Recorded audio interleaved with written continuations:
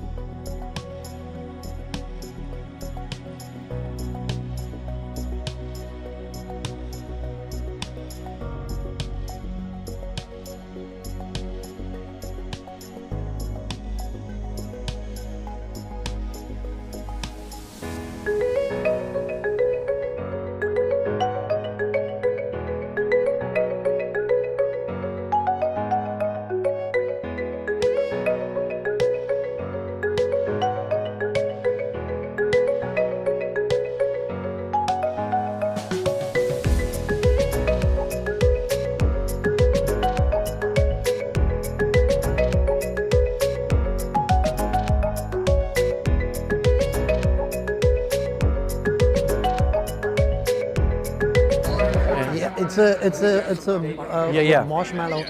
I think it's. Emile was kind of post-funeral. I think. Oh, okay. I'm no. They starting, so I'm gonna have to go. Okay. You want a mint or anything?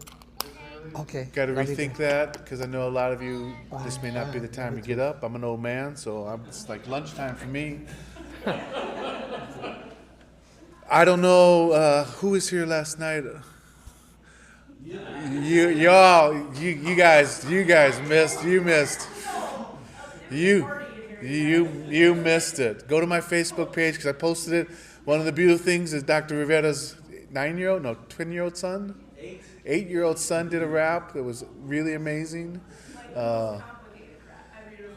We were all dancing. There were some folks across the street because the Sylvie sold out with their concert, and those two dudes across the street were looking in at our window, talking to each other. You could just see what the. But it was live. It was really live. So I'm sorry that you missed it because there will be nothing like that until we bring Dr. Rivera and his crew back again for just that, rather than a concert, rather than a conference, and then a series of events. But I just wanted to give a shout out to Phenom, who is just Phenom, and Emile and his crew, and Dr. Rivera. Oh my gosh. Yeah. Woo. If you want, I could just reenact a little bit. It was while I was doing a dance. Everybody's dancing. I pulled a hamstring. It was so fun. I had to tell. It was 10 o'clock. It's like, we gotta get out of here, man. We started at 7:30. It was 10 o'clock. Get out of here. But everyone was kind. It was really great. So again, I appreciate all you being here this morning. The keynote, we're going to morph things up because we're running a little bit late, but that was a good reason because there's so much going on and there's so little parking available. But I wanted to bring up Dr. Rivera, who is just an animal in the work that he does, and I've known him for a number of years. He was a young brother. What was the name of the center that you were with? New Loft Teen Center. The New Loft Teen Center, where I ran into you when you were like 17 or 18, and connected with you. And I said to myself, this is a young man that's going to go places. He's just got so much charm, and put him on the board of Centro Hispano against the best wishes of all the other board members who said, he's never going to show up for any meetings. And I said, well, you don't show up for any meetings. What are you talking about? And he showed up and he worked with me on Fiesta Hispana. And I said, Roberto, you got to just do the hip-hop teens tent, and nobody really knew much about that kind of music at the time. This was 1999, at least here in Mad City, Madison, and you just killed it. So I've known him for that long, and so appreciative of him and his family and the family of his mother and your brother who's passed. That's what turned me on most to you, man.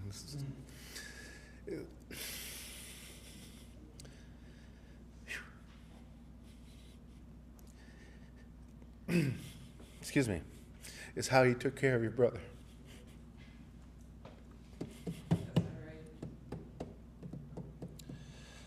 So the rest of today is pretty busy.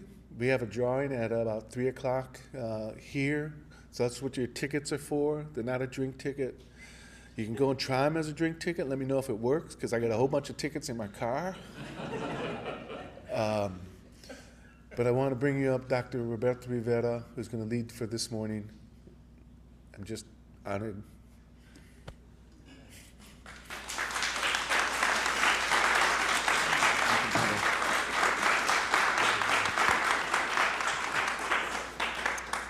I'm good. Okay. I'm good.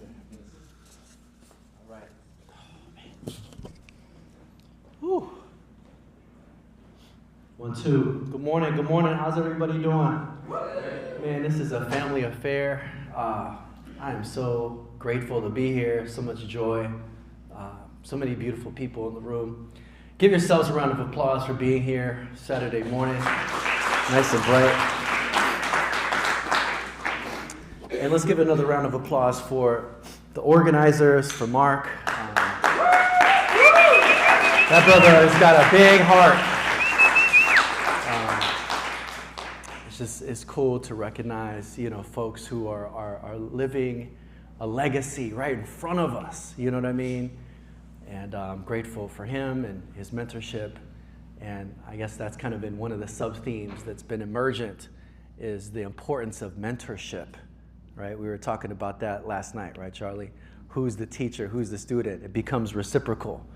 Also want to shout out Beth Reset, my dear mentor as well. She's one of the first people to get us formally trained in theater so that we could do our hip-hop plays, and got us into what was formerly known as the Civic Center, which is now known as the Overture Center.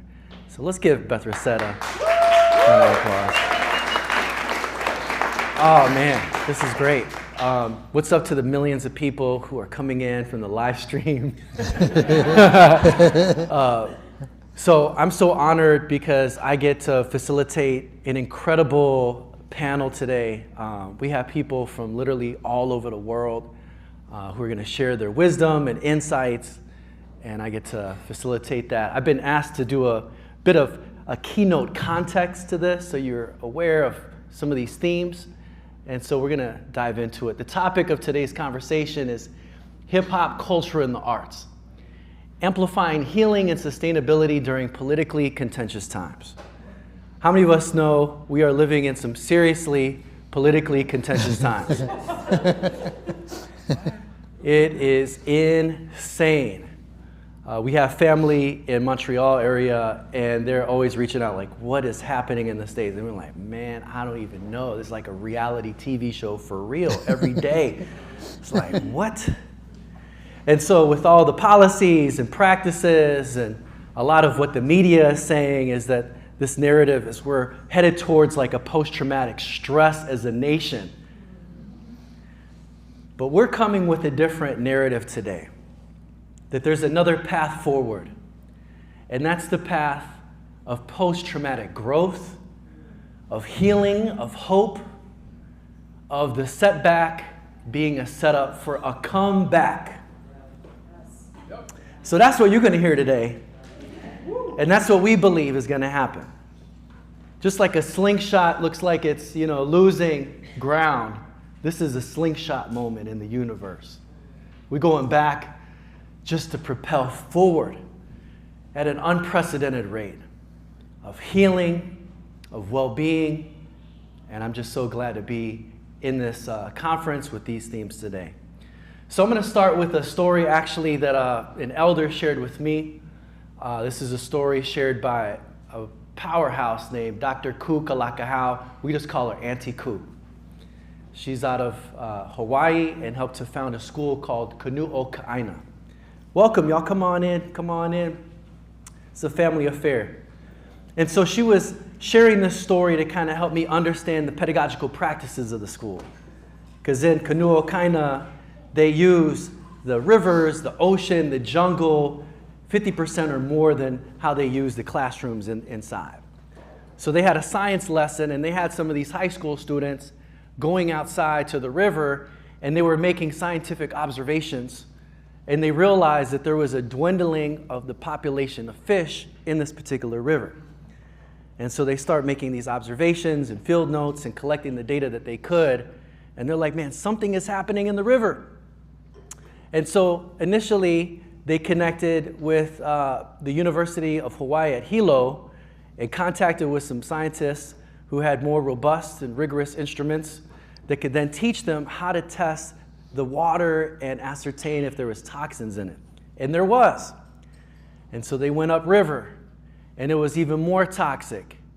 And eventually they got to a manufacturing plant where they could see a pipe, and visibly they could see something coming out of the pipe that looked like toxic waste. And because the youth had this robust data, they could then take that to legislators who put pressure on the manufacturing plant with some steep fines and got them to stop dumping the toxic waste. And they caught this early enough so they were able to regenerate the river, replenish the amount of fish, as well as the health of the fish. Now, many of these youth were transformed by this experience and became scientists and matriculated to college and like, man, science is the best thing ever. You can change the world. And this is a real story. And this is a real photo of that river. Now, I could talk about the pedagogical implications of, being culturally responsive and responsive to the needs of the community and the environment, but that's for a different workshop. How many of us know sometimes elders will drop some stuff on us and there'll be some layers to it? And, hit you with something, and years later you're like, dang, what did Mark say, man? Oh my goodness, it finally starts dawning a new understanding. And so Auntie Koo hit me with this story, and I realized, this is a story that encapsulates our work with well-being. So follow me. A Western view oftentimes will look at the fish or the person in a unidimensional way. And we'll look at mental health or physical health, it's never usually in unison, or emotional health. And if someone is ill, the onus is on them to get better. You have to get medicated. You have to get therapy. You need to meditate 22 times a day for 22 minutes. I just made that up, but you need to get better diet and exercise. And that is like going to the river and blaming the fish if they're ill. The reality is that we have to look at the context of where people are. What is the state of the river? What is the state of other systems that may be impacting the river?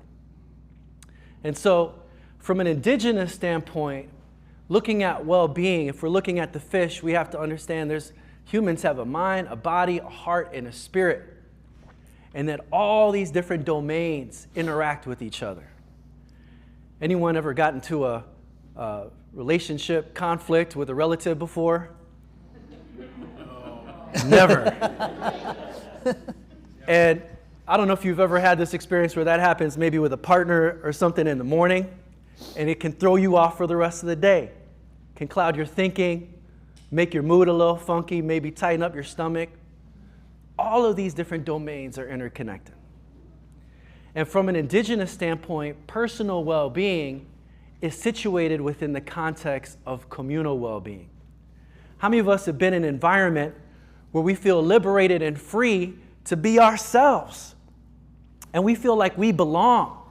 Anyone ever felt that before? Where you could just belong and just kind of act up and be a little silly? These are the environments where we flourish. And I'm glad we have young people saying, yeah, because it can be rare.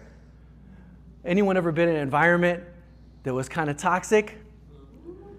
Now, just like if you were in a room that has black mold and lead paint and asbestos, that will eventually make you sick.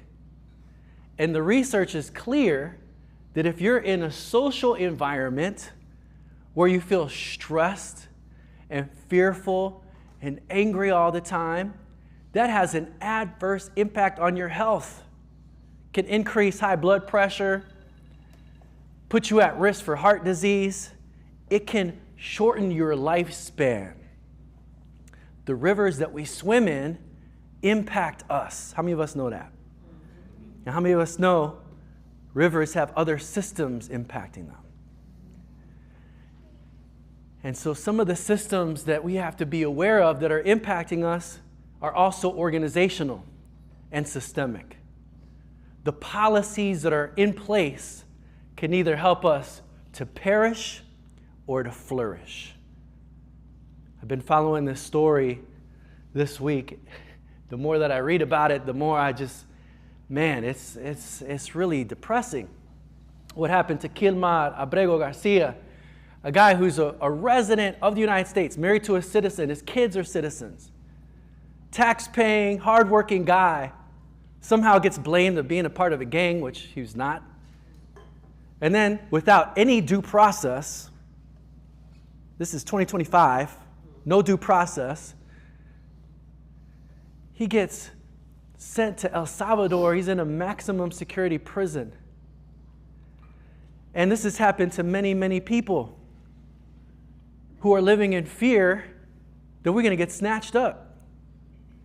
And it's not just us, but also our LGBTQ brothers and sisters and siblings. And so many other folks are in a constant state of fight or flight.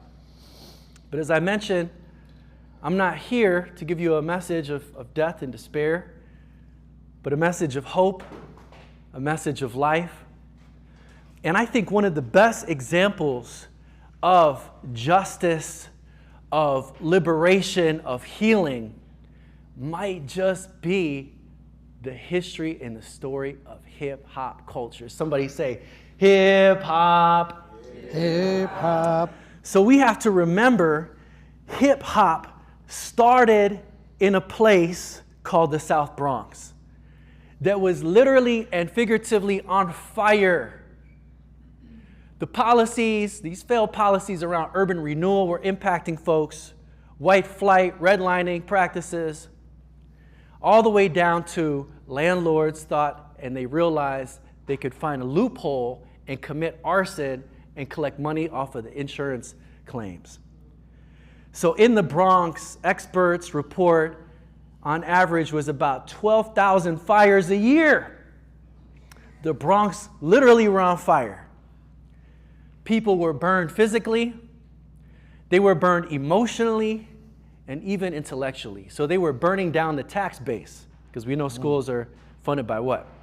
Taxes. Property taxes. So what do you think happened to the arts programs? Music programs, right? High quality educators.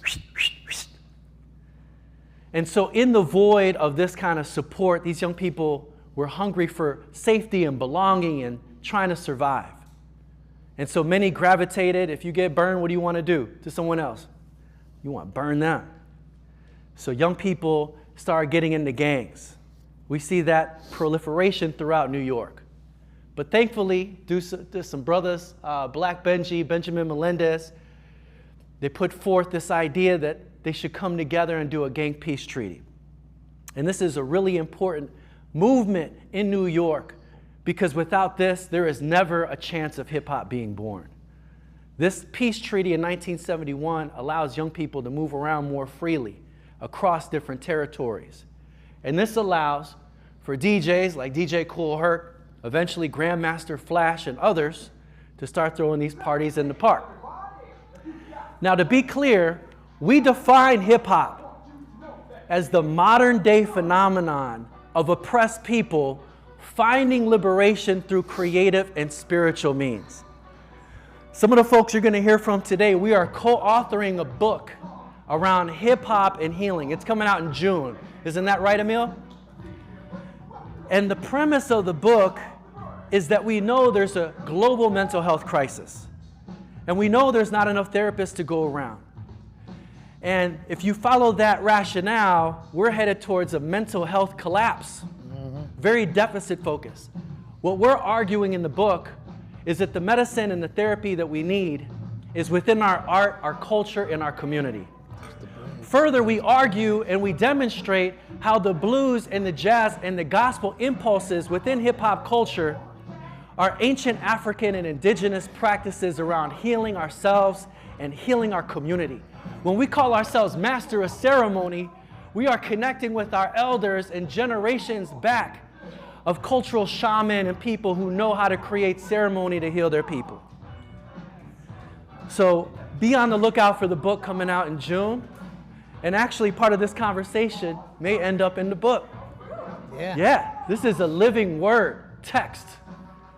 And so to go a little bit more in depth, and this is coming from my mentor, the great Dr. Craig Warner, former chair of the African American Studies Department, former member of the Rock and Roll Hall of Fame, was the lead in getting a certain group to be inducted into the Hall of Fame that opened up the door for many others. He championed getting Run DMC in, and that changed the whole game.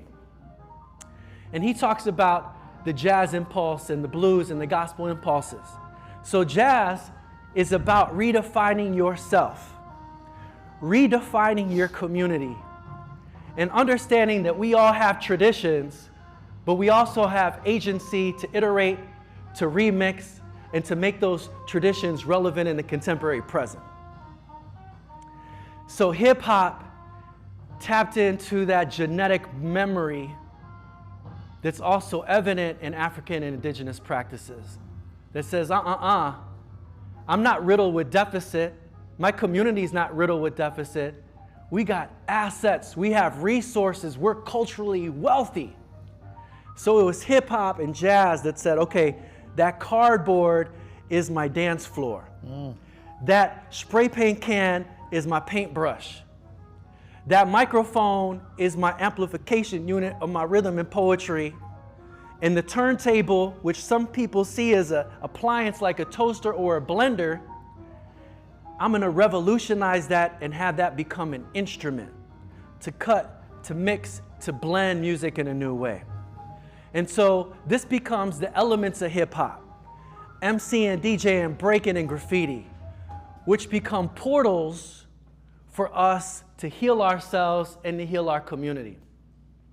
Ralph Ellison talks about the blues. I love this. He says, it's an autobiographical chronicle of personal catastrophe expressed lyrically. And we saw some of that demonstrated last night.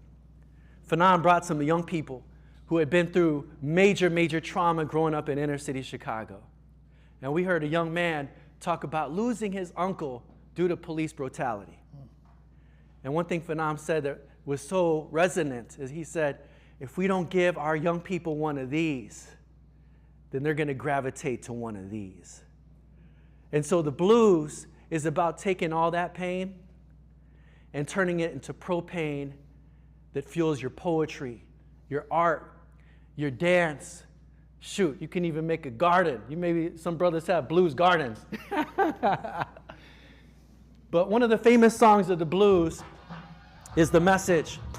Emile and the Furious Five. How many of us remember this song? Sometimes it makes me wonder.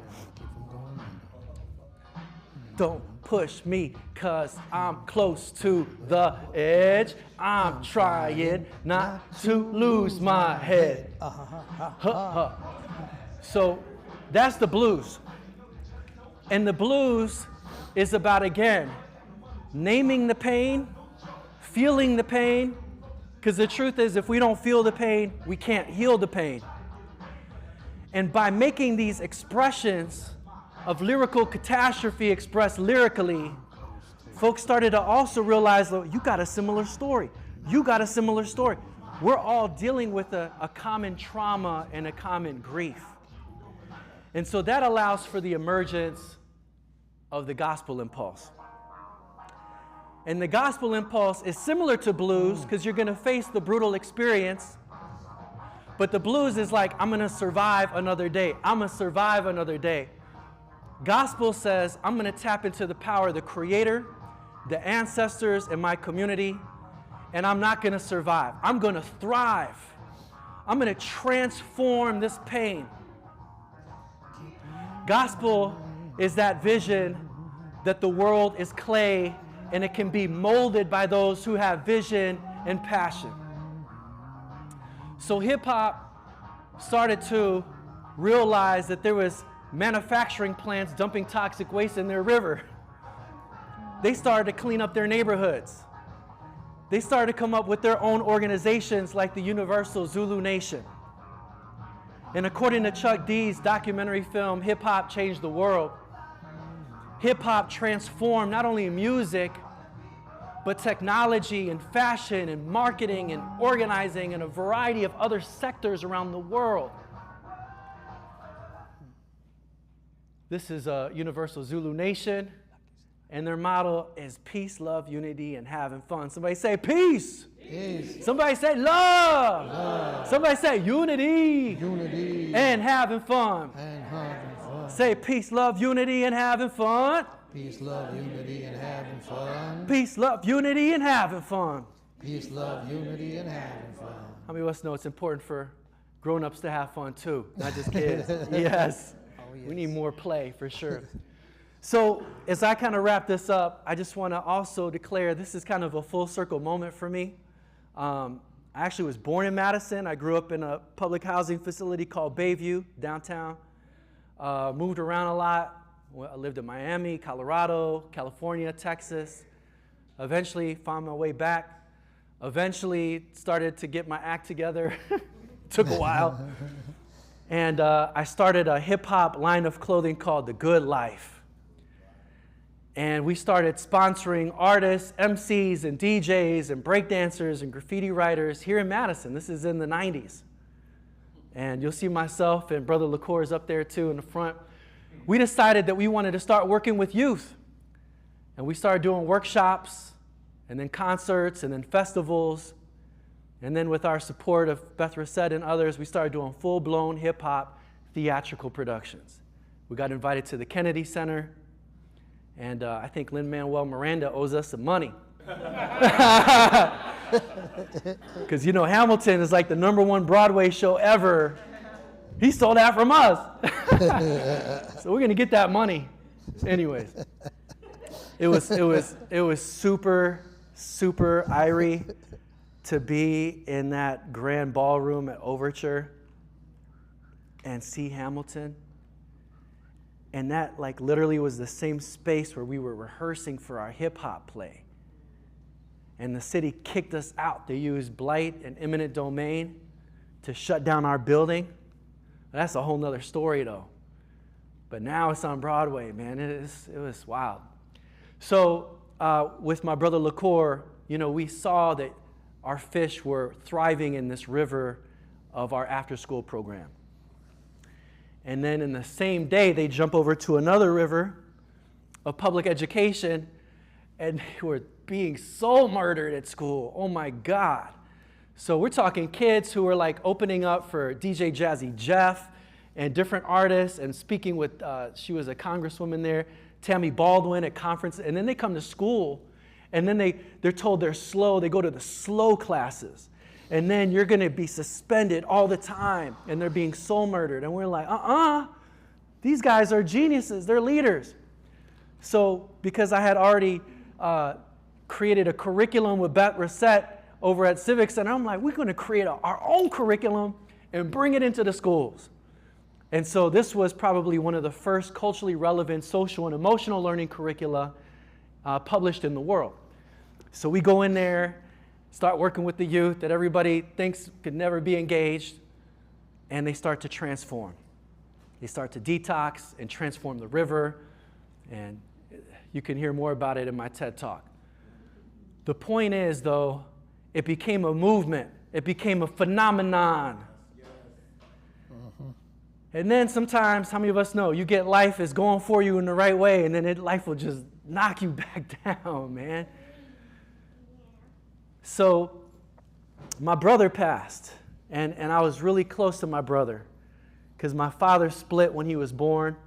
And so I'm the big bro, but I'm also his like father figure. There's like 18 years apart.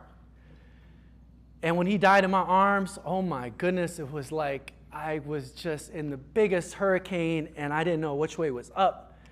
And I was so full of grief, I didn't know what to do. And this is why, you know, friendships are really important, because it was Brother LaCour who was like, yo, you've been talking about doing a festival, bringing all the elements together. Let's do this and let's honor your brother. And I heard that one of the most powerful things we can do with our grief is to do something creative with it. So we created this festival called the Hip Hop Revival, bringing the MCs, the DJs, the breakers, graffiti writers together. And I got up at Library Mall, was the first place we did it. And I said, I'm doing this in dedication of Ali, Gabriel, Clemente Rivera, my brother Gabe. And it's just being there and saying that was just like a huge like burden came off of my shoulders. It was just like medicine, being there in community, kind of like last night, you know? And it was just like something otherworldly happened, right? It was such a peaceful, powerful event. And it continued for 3 years more here in Madison. And there was just a life on it I can't even explain. So then I took it to Los Angeles, California. And then we took it to Chicago. And it's been going on for 17 years. The thing has never stopped. But it started here in Madison. It started with a young man who was grieving, a young man who was trying to figure out how to turn that pain into something productive.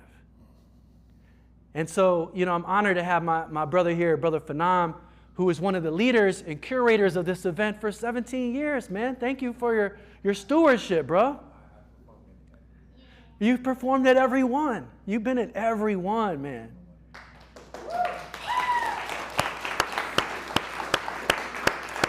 And then I moved to Chicago, and with this brother, we started going into schools. I'm talking about schools that were like maximum security prisons to get into.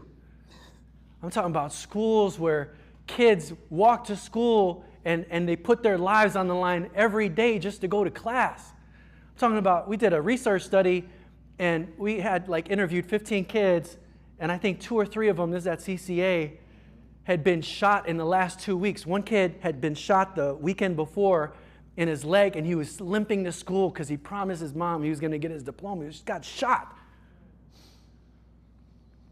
And we saw the transformative work of these facilitators. And the kids, the finding of the study was, we want this not just in a program, we need this in the whole school. We need everything to be this. Anyways, I'm going to share just a quick clip because this reminded me of that last night. This is one of my favorite clips. So we had a bunch of different DJs and famous artists.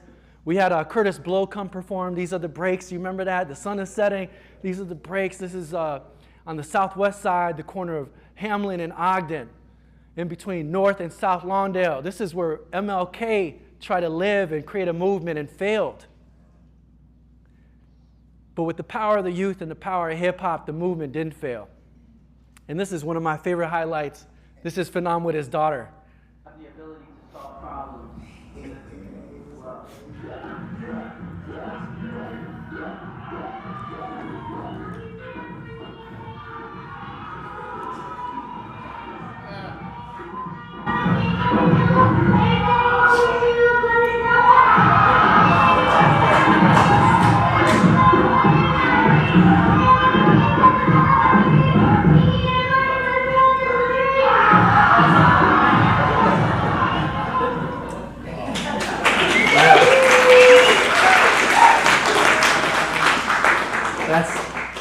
That's a magical moment. That's a H-bomb of hope and healing being dropped on our community. After that, you remember that fire station behind was empty, and it was full of asbestos and lead paint. And after that, it activated the radical imagination of the community. And they said, there is too much creativity in this community. They need to have an art center. So folks organized and finally created the Firehouse Community Art Center in Hamlin that now has been around for over a decade, and it's got a multi-million-dollar budget promoting the arts in the heart of the hood. All right, so bring us to this panel here. I'm kind of taking a little walk down memory lane. Thank you for joining me. The curriculum got acquired by a larger company. We started reaching hundreds of thousands of young people. And I went back for my doctorate. And the research and practice both informed that one of the critical issues of this work was figuring out how to sustain it. Across the board, no one could figure out how to sustain a program longer than 5 years. Students would graduate, there was attrition, everybody's trying to figure out, how do you continue this? And so I made that a major question that I started to pursue. I asked the question, where in the world are marginalized youth thriving holistically in a multi-generational way, over 20 years? Show me. So I met with leaders across the fields of arts education, critical pedagogy, positive youth development, our own Gloria Lansing-Billings, Sean Ginwright, I don't know if you know any of these names, philanthropists, that's Jennifer Buffett. I met with these folks who have been in thousands of schools, maybe hundreds of thousands of schools. And like Jeff Duncan Andrade, he's like, I've been in hundreds of thousands of schools. I can only point you to one school that's been able to sustain the work over 20 years. Eventually, 4 ecosystems emerged. Kiaroa Campus out of Auckland, New Zealand, Native American Community Academy out of Albuquerque, Kanua Kaina under Auntie Ku's leadership in Hawaii, and finally, Heal the Hood out of Cape Town, South Africa. Interesting enough, all of these ecosystems are led by First Nations people. with a very different paradigm, much more inclusive of the community, centralizing well-being, building a beloved community, or a cultura de amor, or as they call it, a pedagogy of aloha in Hawaii. Also, as we built relationship, we have a nonprofit called the Alliance for the Seventh Generation, A7G. We realized that every one of these ecosystems were in deep, deep, deep partnership with local hip-hop artists. And in the case with Heal the Hood, they were indigenous hip-hop artists. So we are very fortunate to have one of these leaders here with us today. We have Emile YX from Heal the Hood. And, oh yeah, this is where I make my plug. We've been now iterating our festival. We have a festival called Hip Hop is Healing, where we bring together all the hip-hop healers and social change agents from across the world. It's like a cultural exchange. And this year is our third year that we're going to be meeting in Cape Town, South Africa. So we're coming back in October, right, Emile? Yep. And we're going on our tour with our book and the EP. So without further ado, I have some esteemed panelists. Heal the Hood is in the house. Let's make some noise for Emile YX and Charlie Efta. Efta. I did. So Emile is part of a legendary hip-hop group called Black Noise. They were among the first to get a major record deal. They were sponsored by Adidas, traveled the whole world. And he said, I'm going to go back to my community, back to the schools in my community, and we're going to bring a message of healing and hope in apartheid and post-apartheid. Talk about politically contentious times. These guys know that. In addition, coming up to the stage is my brother Phanam, representing MC School, with over 20 years of experience, not only as an artist, but as a youth development Navy SEAL. He's worked under the corrupt conditions of the Daley administration. He's worked very closely with Michelle Obama, was just featured in an international Rotary magazine cover story. Please welcome Phanam. And last but not least, from Madison, Wisconsin, my dear brother, LaCour Yancey, and Freedom Movement Therapy. LaCour has over 27 years of experience working with the arts and healing with youth. He's worked in K-12 systems here.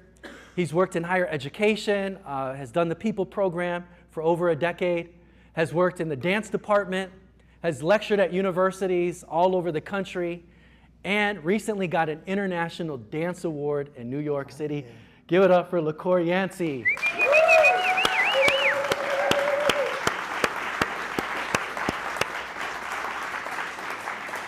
Yeah. Welcome, welcome. Sorry, my hands were full, brother. All right, so we're going to jump right into it. So the first question is, how did you come to realize hip-hop was a healing modality?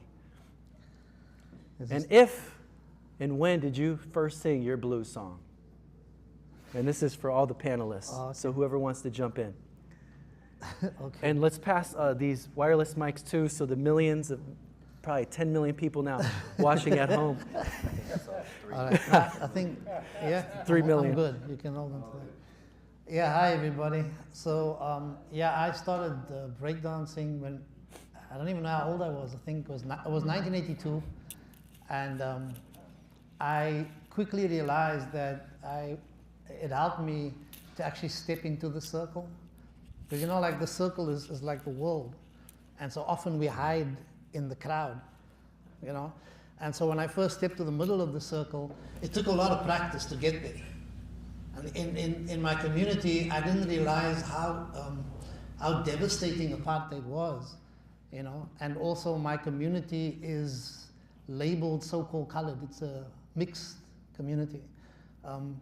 And Cape Town is a port city, so I soon realized that all of this information about my ancestry has been taken away by the heritage and the history, and that was part of the reason why it was so difficult to step into the circle and be proud of who I am. And so that's when I started dancing, I started realizing that the dance actually helped me but I had to practice. Yeah. I had to prepare myself. And once I was confident enough, that actually led me, I remember clearly, like we were in this church hall. I went to a Catholic school. I know they're doing the Pope's funeral today, just because of that history, right? Wow. And so I was sitting boiling because the parents were telling the children to continue with the work in school while the country was burning. This is 1985. It's my final year at high school. And I sat there and eventually, because of my breakdancing, I stood up. And it was the first time in my life I spoke in front of a crowd. I never dared to do that before, but this is because of b-boying. And I remember saying something along the lines of, how can we do this? How can we write in the exam when everybody else is unable to even go to school? Like, how could we do that, you know? And then I added some biblical scripture. Yes. Which was like, you know, and they're like, oh, damn, I guess so. And so that was the first time I realized that it gave me that confidence to say what I was feeling. And once I started speaking, it was easy to then rap about what was going on, because I understood you also needed to prepare, and there was a rhythm, and it was easier to take the microphone once you prepared what you're going to say, you know. So that was the first time that I realized the power of hip hop culture. And I think I went out b-boying one day, and there were a group of traditional dancers. And this is the second instance where I was like, something about this feels very familiar. We're standing in a circle, we're clapping our hands, they're playing music, it's a different frequency. And so suddenly I had to dance differently. I'm like, oh, of course, this is who we've always been. Like, that's why it feels so familiar, you know? And so then I realized all of the elements, the storyteller, the MC, the dancers, the trance dancer, the guy going into trance off the cyclic sound that everybody keeps, you know, the drummer, the break is actually that hey, hey, hey, hey, hey, hey, hey, hey, hey, hey, hey, hey. That took me to a state. I was like, oh man. And then the rock art is the graffiti art, you know, so all of these elements are connected to First Nation people. I was like, wow. So it wasn't, because I remember b-boying at a political event, and one of the elders coming and saying, why are you doing this imperialistic dance style? They were like, damn, you late. We were keeping the crowd entertained, you know? But, so we were pushed out by the political heads who didn't understand what we were doing. But when we first were exposed to ourselves, like this heritage, we were like, yeah, we are doing who we've always been, you know? So I think those connections were some of the early feelings.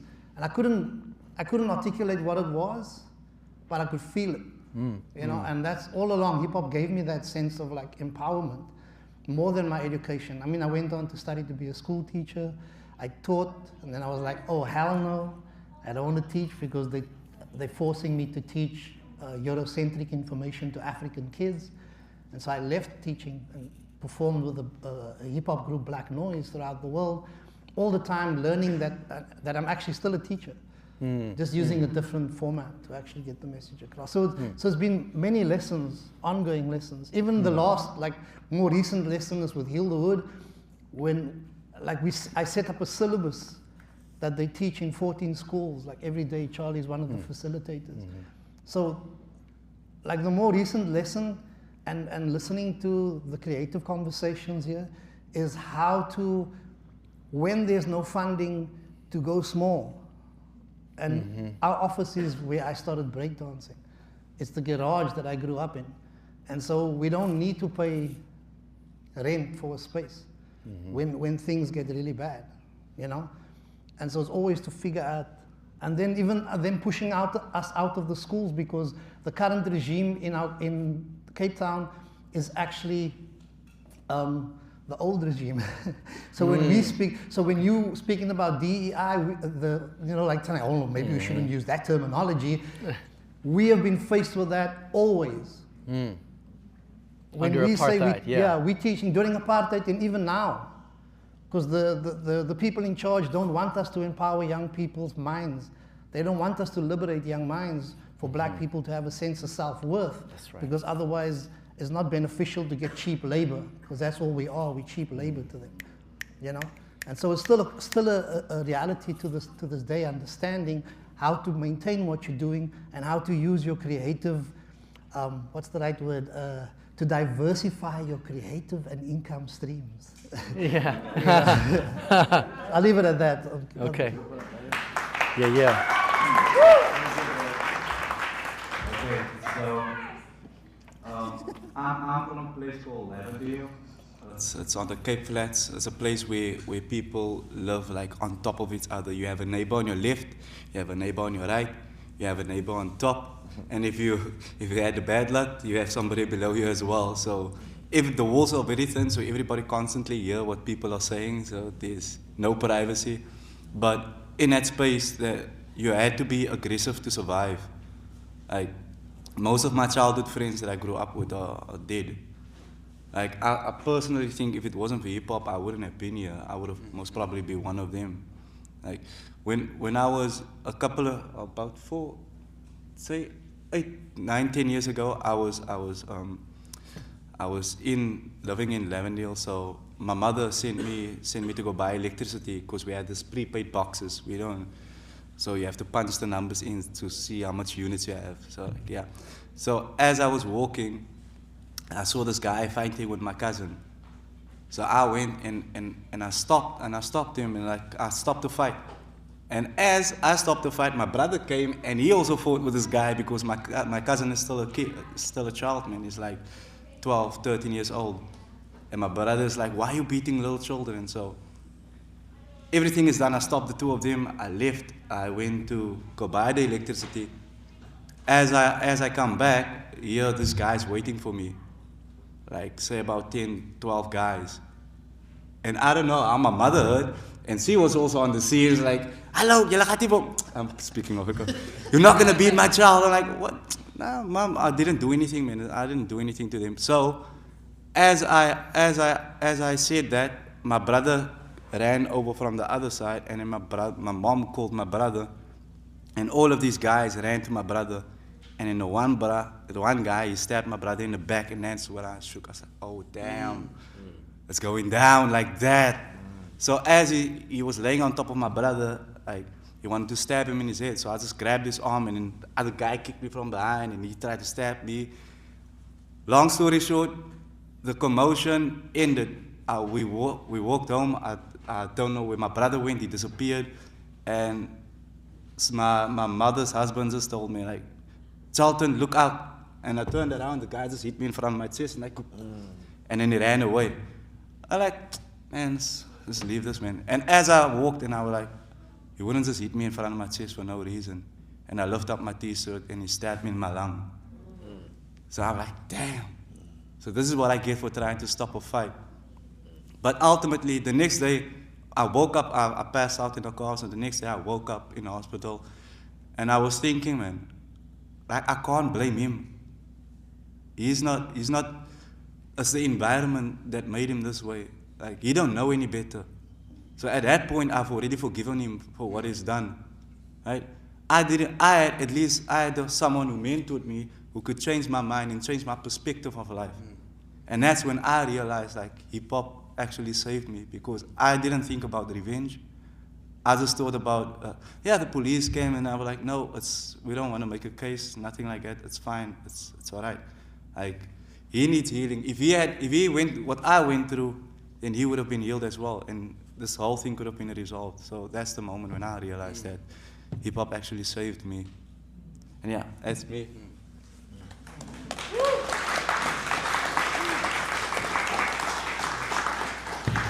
Yay, yay. Hip hop saved me too. Let me see.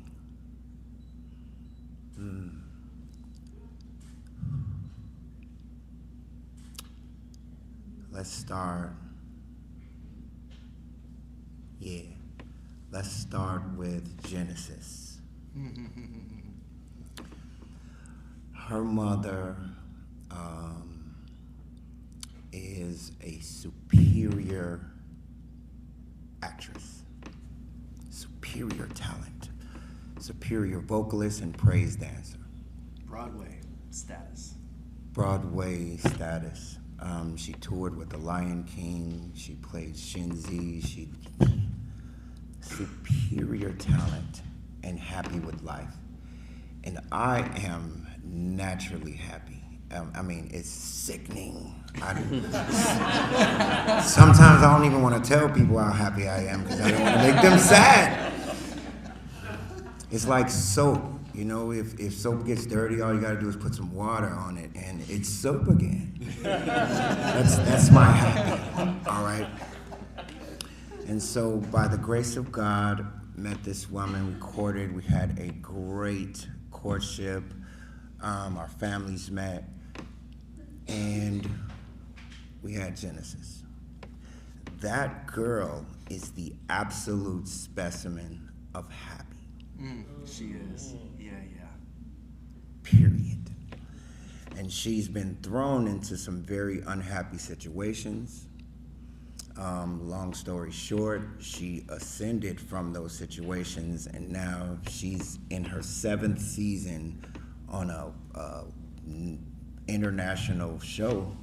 Yeah. The Shy. The Shy. One of the stars of The Shy. And she has a wonderful story. She was bullied, and then, you know, she didn't really fight back, but today she said something, and the administration didn't like it, and we got this black girl, and we can't do anything with her. So they expelled her. They expelled my baby.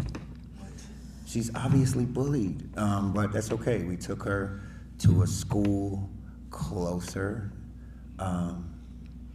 in the city, and she thrived. We discovered she had a photographic memory, and we took her to the audition to The Shy. Man, she looked at that script and said, I got it. We said, what? She went in there, they said, we love her. And you know what her role was on The Shy? She's the bully. Oh my goodness. Wow. That's right. Getting paid to be the bully. What did her teachers say when they saw her on HBO? And she went past that. She's in Candyman 2. She's now touring, doing mental health workshops with girls, attending Clark Atlanta University. But I say that because I was not that kid. I had a bunch of anger in me, and I didn't know why. And I'll quickly tell you the reasons why. One, because I didn't have my father there. And there was a trap door before my father could even get his footing, and that is welfare. Welfare invaded our family. The man cannot be home, so we had to hide Dad. His shoes, his socks, his pictures, everything. Believe it or not, we would not get government assistance if there was any sniff of a man in the house.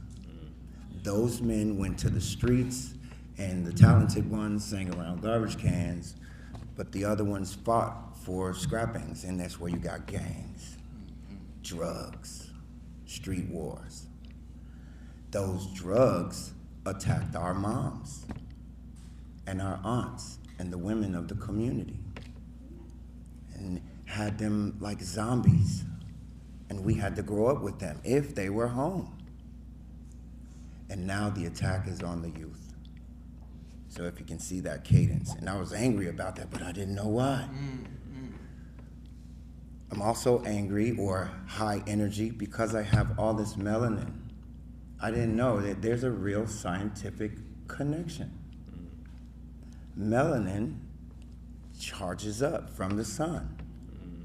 And yes, Miss Johnson, I'm energetic. It's close to the summer. I don't want to sit down in this seat. She didn't understand who or what I was, nor did I. And so I got suspended. You're acting up, you're acting up. I'm learning, but your behavior, I don't want to sit here. There was no outlet until Miss Hodges came and said, no, I got him. They were gonna put me in, they were gonna give me pills. What's the pills that you? Ritalin. And Miss Hodges said, no, give them to me. And she said, read this poem. It was a poem/speech of Clarence Darrow, Reach for Your Dream. It was like the closing argument. I don't know what a lawyer is, I don't know. But now I can be the class clown. And I was like, okay, everybody. And I read it. And she said, wow. Put me in the auditorium, like the assembly where everybody get their little certificates that they throw away when they go home.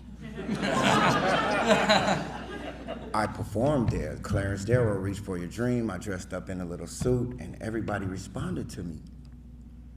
And they put me in the oratory contest for the district. I won. They put me in for the city. I won 4th place. Went home and cried because I knew I was better. What is that? So I'm learning myself. Violence, everything. I don't know how to express this. Slavery happened in my family. What do you mean, Phenom? I didn't know. I had a brother who's 3 years older than me, but we never saw his father. So he had my father before me, and then when I came, it was like, you know what I'm saying, that jealousy thing. I didn't know that either. Nobody's explaining this to me. And my mom, when she had him, she was 16, and she went to California with her granddad. She got pregnant, and grandma said, come home right now. She never got to see that guy again. No Facebook back then. No Facebook, no nothing. That was the last. She was in love and brought home, and he grew up with no father. And so by the time I got 18, I met Michelle Obama. And they were just about to go to be senator. Sasha Malia running around the office. And I was the youngest out of 40 public allies, AmeriCorps funded program. And we were charged to go in the community and create sustainable programs. What does sustainable mean? I learned. And they were attacking me because of my ideas. Everybody in this room, I was 18, and there was degrees in academia in there. Who was this little guy? How do you stop violence, Phenom? Clean up the 40 ounces. Yeah, because nobody's bringing guns to school. And right after school, whoever was partying there left an instant weapon for us to run through. Ooh, she saw that. But then I wanted to quit. And she took me in the back office and gave me one of those Claire Huxtables. Don't you ever quit anything? I never quit nothing in my life after that. So at the same time, I got into an MC battle. I was rapping, putting rhymes together, but I was dejected by life altogether. And I discovered hip-hop is magical. It's magical. It's more freeing than anything that's out here. You can be cleaning the toilets at Burger King, leave work, walk past the jam, walk in there and say a few rhymes and become the man. If they are good enough, you can get booked and get paid a couple $100 for 5 minutes. Now I'm bringing resources home. Where'd you get that from? I rhyme, mama.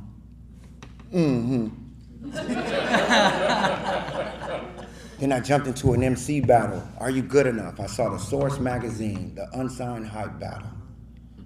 And I said, yeah, I'm good enough. Got there, it was 100 people signed up already. They was like, you can't get in, son. I said, I'm getting in this. He said, well, talk to her. I went over there and said, he said, put me down. She's like, we already got 100, but okay. And I won the whole thing. I won. What did you win, Phenom? What did you win? I won a chance to go to New York City. I'd never been on a plane before, barely been out of my neighborhood. I'm on a plane going to New York from Chicago because I rhyme. Let's go. Got there, they had my name on a tag. I'm getting in a limo. What? And long story short, we did the battle. I ended up in the final round against who? Proof from D12, Eminem's #1 guy. Yeah. And we went 3 rounds. They had all their guys, man. This is what got me in. They had all their guys there. None of my guys from Chicago showed up. I am for real solo. Damn, and I feel I'm by myself. Nas is over there, and they got their entourage. I'm like, oh, okay, hip hop is, dang. And then it was my turn, and then I dissed him. I know I won, man. I know I did. But he went to the Source office before the battle. I was in the Marriott Marquis running up the steps like Rocky trying to get my breath control together. It's not about your talent, son. It's about the connections. I was dejected. I lost that battle. They flew me back home and never talked to me again. And I said, man, I was second out of 1,001. Yeah. And I said, okay. And I came back to Chicago, and I couldn't find a job, bro. It was hard, but I could MC. Yeah. And I could write rhymes that liberated me. It wasn't for you. I would perform, and everybody would be there, but it was for me. And as I was learning myself, I said, this is the way to release. This is my room. This is my room where none of you can get me. And praise God, I got to get mentored and blessed by some people who support. And I learned that for Nam, when you walk past that spot and walked in there and you said those fresh rhymes, somebody talked to the DJ and paid him. Somebody organized this event for you to just walk in and be. Now that you're old enough, go create spaces to be. Amen.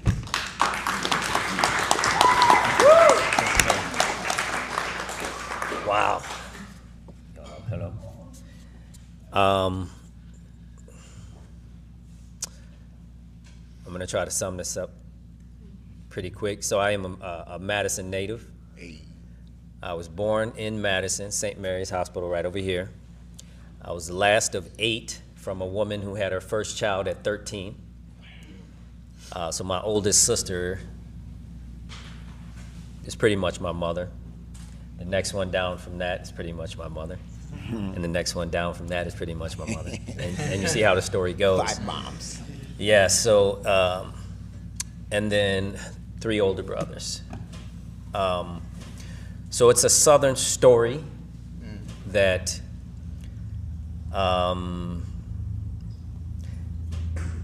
that has so many elements that the reason why I'm here. And I'll say it like this. So my man here is in Chicago. There's more black folks in Chicago. I'm gonna keep it real. Madison in the 80s, I don't know how many of you guys were in Madison in the 80s. Okay, so we were catching the waves of East Coast, Chicago, blues, gospel, jazz, art, and these sort of things.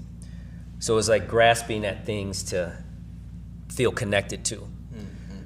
So in Madison, still to this day, we don't have a urban style hub. So a lot of the energy that is created comes from us. It comes from me. It comes from my brothers. It comes from that inspiration. When I was really young, our father passed away. Similar, so he, wanted to be there, but passed away. He was a young military man as well. Joined the military at 16. A lot of young black men were doing that back then. And he'd be nixing close to 95 if he was still alive. So as a kid, I experienced a lot of fear in a place that seemed like everything was okay. But it was very subtle. And in the Midwest, if I can just keep it real, I'm not gonna say Midwest, I'm gonna say Madison. There's a covert thing that happened. And I'll speak specifically for me. I was one of those kids that couldn't sit still in class because I didn't know how to self-regulate. They did not have even a label for ADHD or whatever you want to call it. Kid just has energy, melanin, excitement for life, but an environment that is not super nurturing. So I went to an elementary. I don't know if anybody remembers the elementary over on the west side off of Hammersley, well, on the other side of Hammersley Road, called Falk School. It was recently renamed Malele, after Malele, from Emotion Magazine. Wow. Do we know why Wow. it was renamed? Wow. Question. Yeah. That's beautiful. Who was Okay, Falk? look it up. It's in. Okay, who was Falk? So the school is named after Philip Falk. He was part of the Ku Klux Klan chapter in Janesville and this sort of thing. So they found records and this sort of thing. And so all my brothers and I, we went to this school. What?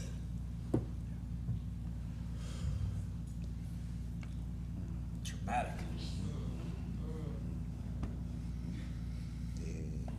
That's space, respect. Yes, sir. I don't typically share these things because in Madison, liqueur is expected to smile. Liqueur is expected to entertain.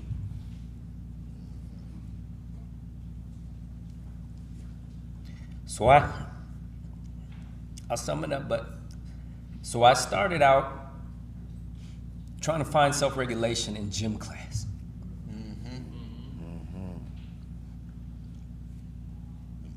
That was my first black teacher, Mr. Bird. I was 4th grade. I'm sorry, I didn't expect this. This is space, bro. You cool. You at home. This is space. So I went from each class. I was a shy kid, believe it or not. I did not want to speak. Thank you. I did not want to speak. I lost my father. I didn't know how to explain the emotions and the feelings, being the youngest. My sisters, my brothers, they watched over me. They took care of me. They tried to do the best for me. And what I learned is that I ran. So I'm in 4th grade. They used to have this fitness award, the National Fitness Award. So I'm in 4th grade. It was only for 5th graders. And that was where I said, I'm gonna run. I'm gonna run as fast as I can. I'm gonna get away from it. Let's go. Because I don't think people can see the ghost that I see. So that tumbles into my mother looking out for us. Hip hop was on the rise. Michael Jackson off the wall was a thing. You know, everybody's doing the robot and this sort of thing. And before that, we went down and lived in Louisiana for a bit, and I met a maestre because we were getting bullied a lot, getting beat up, fighting. We're Yankee boys living in the South for just a little bit, so we learned Kung Fu. So when I came back here, I had that little thing inside of me that I knew I could let out some anger in there. So my mother, anyway, pushed us and said, nope, no sorrow, no sorrow. It's kind of like Ray Charles' mother. I don't know if you've seen Ray Charles' story. He said, you blind? She said, you better get up and find your way. She did it in a loving way, and she said, I've seen many, many, many. She said, so she introduced us to the community as my kids perform. And so I'm this young guy, I'm like, okay, this is what I'm gonna do, I guess. And I remember when hip hop was healing for me the first time. Again, it was at our elementary school. While I'm getting laughed at in classes for not speaking clearly or speaking right or having a southern drawl that I carried over from my mother in class to being the kid that is like famous in school. Him and his brothers came and they performed. So I performed in school, in gym, and they had an assembly for our family to perform. And of course we were breaking, we're popping, we're locking, animating, doing Michael Jackson, this sort of thing. So for me, I realized that that was that vehicle that I attached to that was gonna allow me to release some energy and allow me to move and then start tumbling in this spiral of my own trauma, of loss at that point. From there, you come out of performance, I'm back in the class. So I had a manic experience. He's amazing. Sit down, go to the office. He's amazing. He shouldn't be here. He's amazing. He shouldn't be here. Right, so I went through that experience. So the first, for me, it was the first experience it had to be released through this performance. And then our mother went on to get us a linoleum for the garage. And Let's go. we turned our garage into a practice space, and the whole neighborhood, we perform out of our garage, 1402 Lucy Lane, if you've been around. So we're the GRs. We put together the first battles in Madison with Soul Patrol, GRs, HBOs, cats like that. So hip hop was that avenue where we found that, and then we just continued to seek out information. And at that time, it was just through television and friends saying, "I went to Chicago, man. Oh my God, there was these cats on the street corner tumbling, Jesse White tumblers. Yeah. How'd they do it?" Okay, we just pick it up and keep learning and learning. So that's where hip hop for me, and then it continues. It's a continuous thing. Right now, I'm feeling healing. So it always seems to be new where it shows up, and how it's healing for me, and how I knew it was healing. But at that time, unconsciously, it was in. Yeah. Thank you.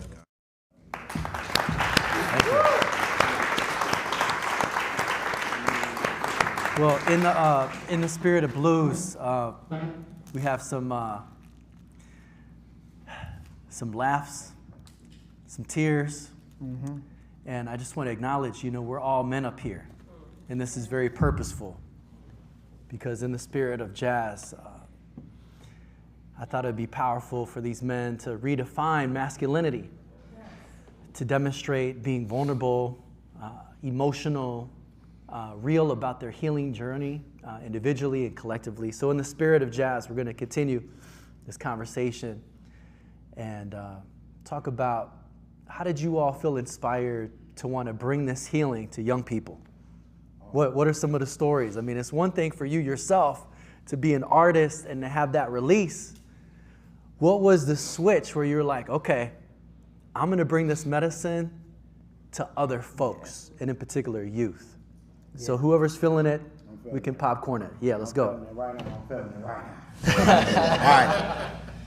So I was invited to go to Iraq. And Chicago is called Chirac. That's right. So this was my opportunity to see the difference between Chirac and Iraq.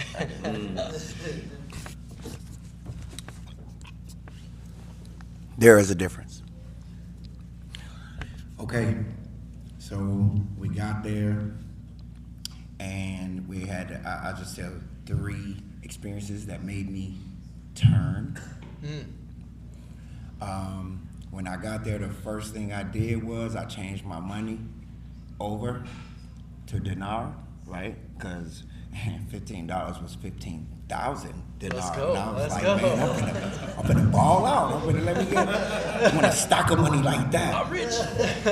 I'm rich. I got like $45, but don't. Rich. And we get there, and we see a little boy, and I look at his feet, and they're dirty. I mean, they're dirty, man. And he's like, miskin. That means poor. And so I went in my pocket to give him some dinar, and our guide came to us and said, "No, don't give it to him." I said, "Why?" "He is poor. He is Shia." So I didn't know the difference between Sunni and Shia, Muslim or whatever. And I'm like, brother, I don't care. He needs it. This is us in the West. And he's like, no, and turned around. And so we had to sneak over there and give him some money. Here, man. I wanted to wash his feet, man. Give him, you know what I'm saying? Give him some of our sauce. We stand up in the penthouse.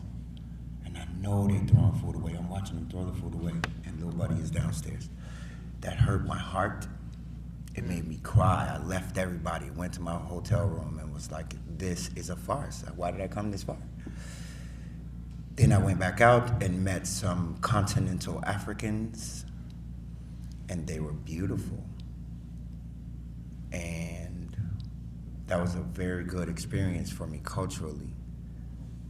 And everybody's like, oh yeah, you're from US. You're in the Army? No. I'm in the Army of God, bro. No, we do hip hop. It was so beautiful. We're in a tent, man. We're in the desert. We're VIPs, so we're under a tent. But man, this is the only thing that's here. And so we're just standing there, and some teens walk up to us. Why did they pick us? I don't know. It's 3 of us, and they walk up to us, man, and say, "Do you got bars?" Ooh. Man, we look at each other. What you know about bars, little man? Bars? And then he mentioned a rapper, a drill rapper from Chicago. They didn't even know we were from Chicago. And I said, dang, does that guy know that this guy is here 17 hours later trying to look like him? Wow. And so we wrote a little verse about our trip while we were there. They had us a part of these big things, man. It was huge. 30 million people. It was the Arba'in pilgrimage in Iraq. 30 million people. We had to penguin everywhere we went. Wow. And we wanted to say this rhyme. And the guy came to us and said, no, brother, we're mourning. My purpose was that. I say, brother, hip hop is the way we mourn. That's right. And I understood that his perspective of hip hop was like whatever MTV is doing, and he never heard Trouble T. Roy. Will They Reminisce Over You from Pete Rock and CL Smooth. That is a song of honor.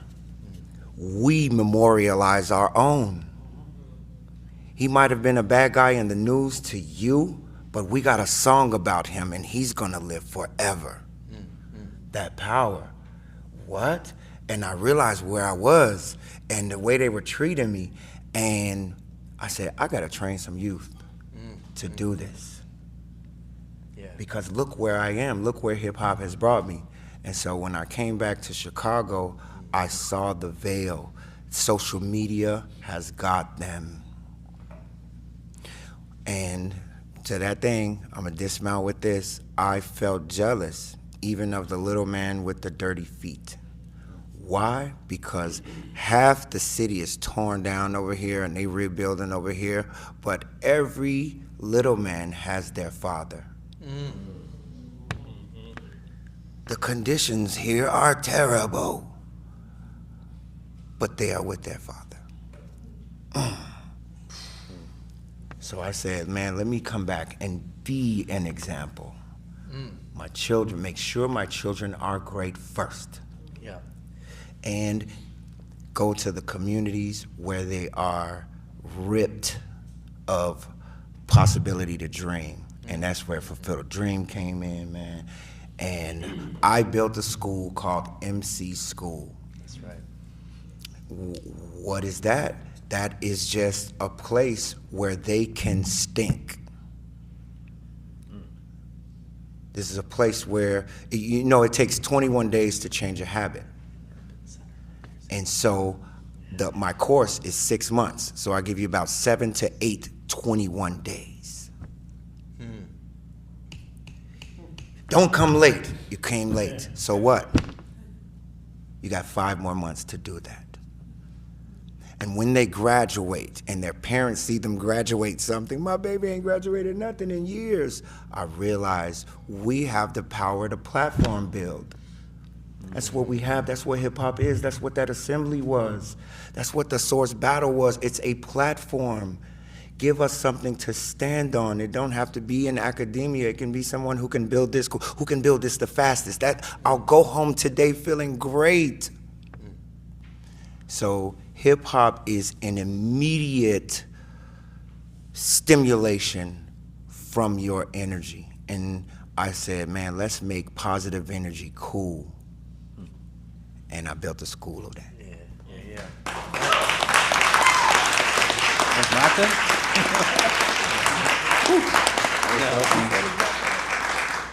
Okay, so my personal experience, like through healing, it started with Emile when he you know that thing you said earlier on when your mentor drops something and you just it hits you like a little later.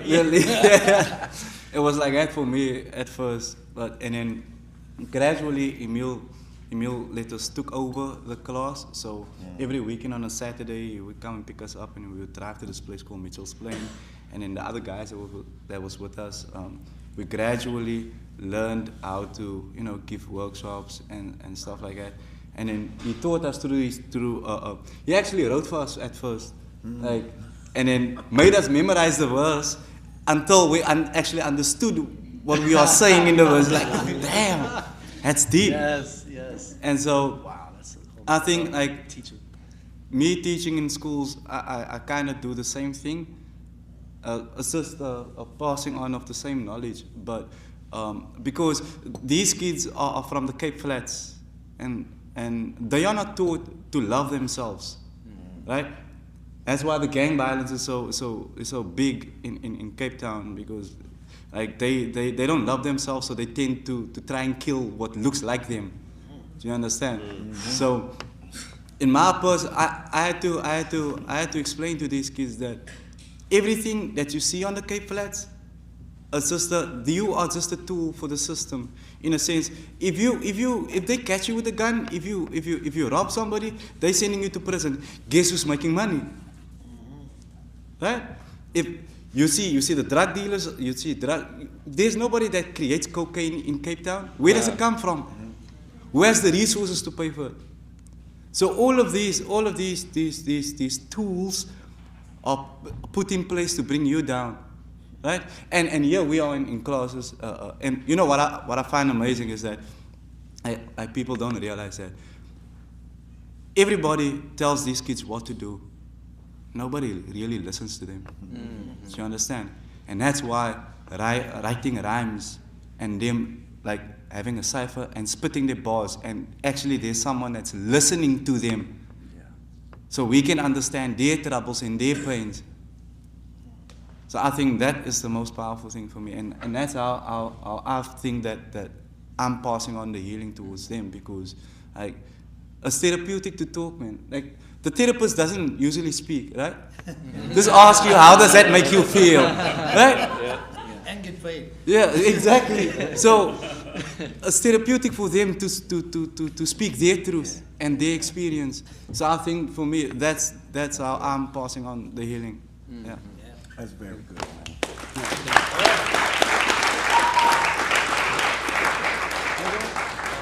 So in my case, I'm from a b-boy crew, and so when you're in a crew or breakdance crew, you're automatically teaching. You know, you're sharing with your brothers around you, and they're sharing with you, and so you're essentially a teacher, but you're also a student. So it isn't a one-way sharing, you know. And I remember the first time I went to a school. This is after, you know, Biggie says, I used to read Word Up magazine. Yeah. So I read it in the shop because I couldn't afford it. So they had a big sign, no reading. They were like, yeah.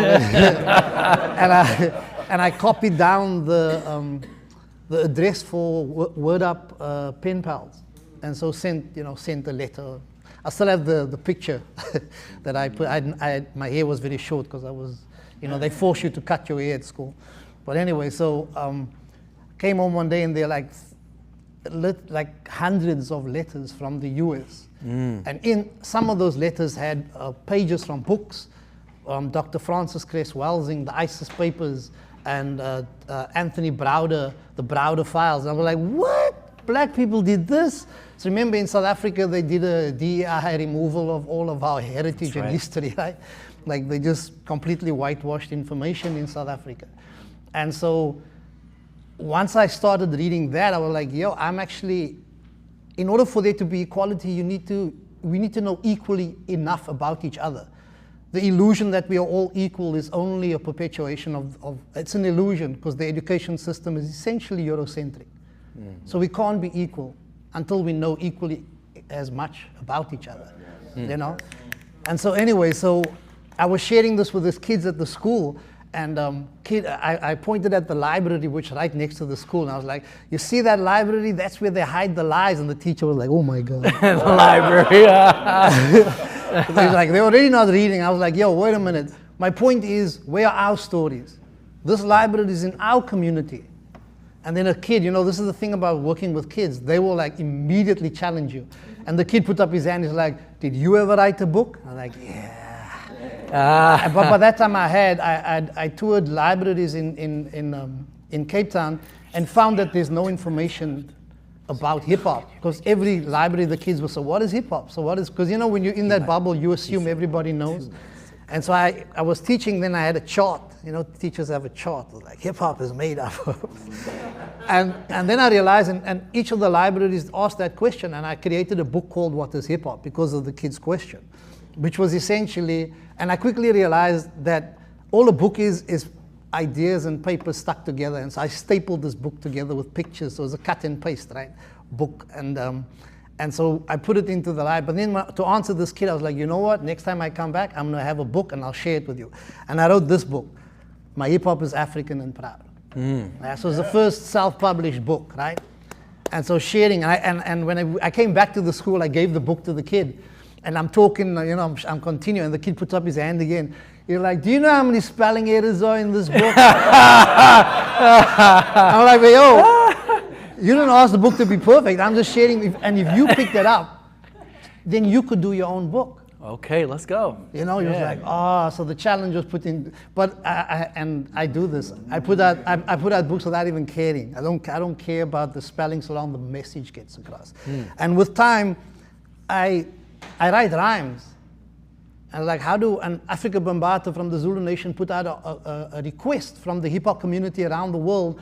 If you're complaining about the commercial version of hip hop and how it's being used by corporations to vilify black folk, then change the content yourself. And I put out this book, Conscious Rhymes for Conscious Times. I took all the rhymes that were conscious that I had and put it into a book. You know what I mean? And with time, fear becomes less the more you do it. None of these are with a publishing company. You understand what I mean? And getting beyond the fear of actually writing the way you speak. Because often I read academic writing about hip hop and I'm like, "Mate, bro, what are these people?" You know, because you don't find the essence of the person they're interviewing in the story anymore. You know, it needs to have that, because we tell stories including sound effects. So you need to try and write, and that's why the kids aren't reading, because they're not reading the way they tell stories. You know, so I wrote this book called in South Africa they name our community Colored. So I wrote this story called The Colored for Life. And I must challenge a lot of people's perception of areas. Like Charlie was speaking about where he lives. And one of the first things I asked him to write was to tell a story, a good story about where they're from. And they struggled because the media paints us all with one brush. Right? And so we asked, like, write all the good things about where you, and they were like, oh man.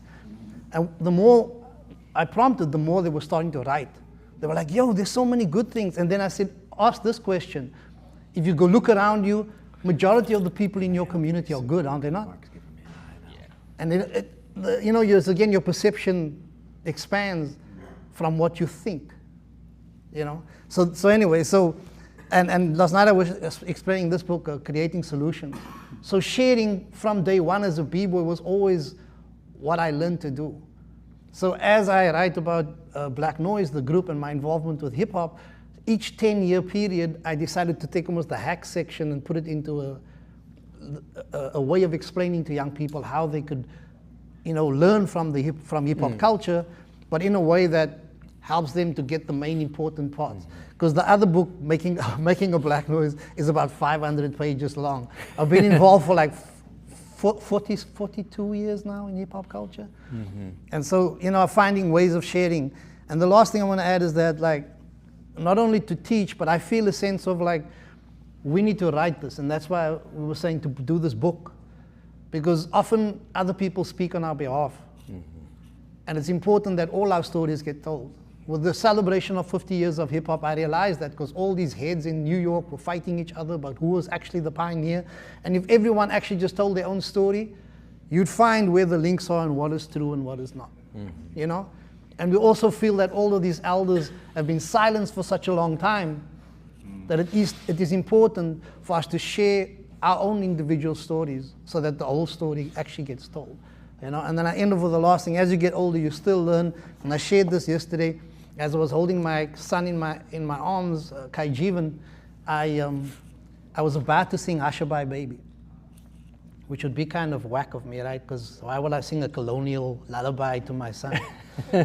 As a primary teacher, we have the power to actually bring about change. If we sing other lullabies, we can break that cycle by singing something that's, so when I'd done a workshop at Portsmouth Prison, there was a kid in the workshop, I was 10 years old, that was in there simply because he picked up a pair of shoes in a rich neighborhood, and they called and his parents couldn't afford to get him out. And he was there for more than a month already in a maximum security prison called Portsmouth. It broke my heart that when we left, they were still there. You know how they do, they force their doors closed, so you hear it shut, and then they close the, And I dropped the rest of Black Noise, and I went to the beach, and I shouted into the wind, right? And these lines came to me. Shout revolution into the night. They say the darkness has come. And that's all I had. And this was a year long before I had my son. And they say a song eventually finds you when it's time. Right? So when I held him in my arms, the follow-up part came. So it was, shout revolution into the night. They say the darkness has come. Come blaze your fire, burn it bright. Come and beat your drum, my son. So since then, I've written about 10 songs, because I have a daughter as well. You have to. That's right.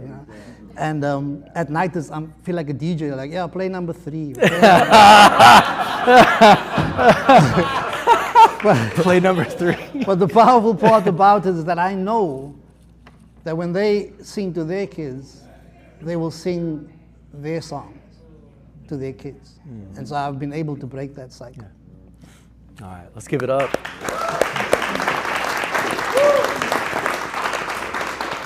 So we are at time. So Brother LaCour is going to share his story with you when you purchase the book, because it's in the book. So be on the lookout in June.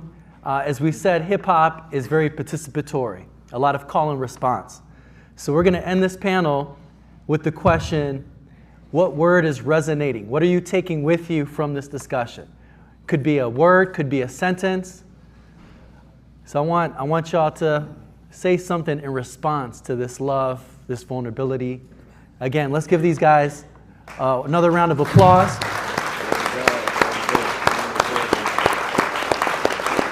And if you got something from this, let's just popcorn it out. You don't have to raise your hands. Just shout it out. Hope. Adapt. Healing. Honor your pain. Listen. Love. Resilience. Good life. Change. Community. Empower. Love. Elders. Yeah. Respect. Grace. Pride. Tears. Courage. Lived experience. Vulnerability. Joining the circle. Fun. Allowing to be every young. Tolerance. Yeah.